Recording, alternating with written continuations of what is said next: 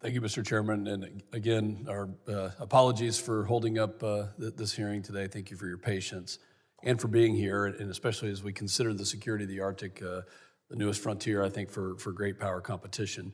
The witnesses that we have here with us this afternoon each bring a deep knowledge of the Arctic and the operating environment and our readiness to confront emerging threats. And I'm grateful to them and to Chairman Jimenez for bringing this forum together. And until recently, the Arctic was really only a peripheral place in our strategic guidance, and understandably so, but limited navigability constrained our access to its sea lanes. And with NORAD, established at the height of the Cold War, North America airspace remained well protected. Arctic security at that time was largely unquestioned. Today, however, the strategic landscape has shifted dramatically. New sea lanes and rapid advances in military capabilities have expanded the region's operational significance, while our capacity to detect, monitor, and mitigate these threats has really largely stayed the same. And this widening gap demands a renewed and more deliberate approach to that security. It can no longer be viewed as a safe haven or a peripheral theater. Complacency severely reduces our competitive advantage. ODNI's annual threat assessment released just last week underscores the ambitions of our adversaries.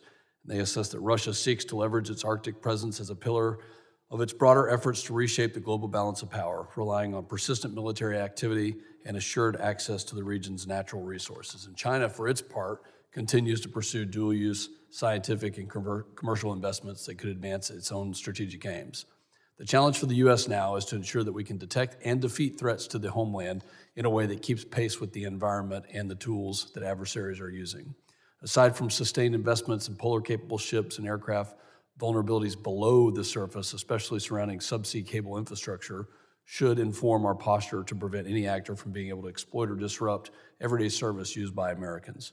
Like the Arctic itself, the space domain presents new challenges and opportunities. As ground-based assets start to wear and provide a soft target for our adversaries, space-based assets can help complete our operational picture and enhance our defense posture. But beyond physical assets, we must ensure the U.S. security interests in the Arctic are not a casualty interagency silos. The intelligence community, the Department of Homeland Security, and Department of War, and many of our NATO allies are all Arctic stakeholders.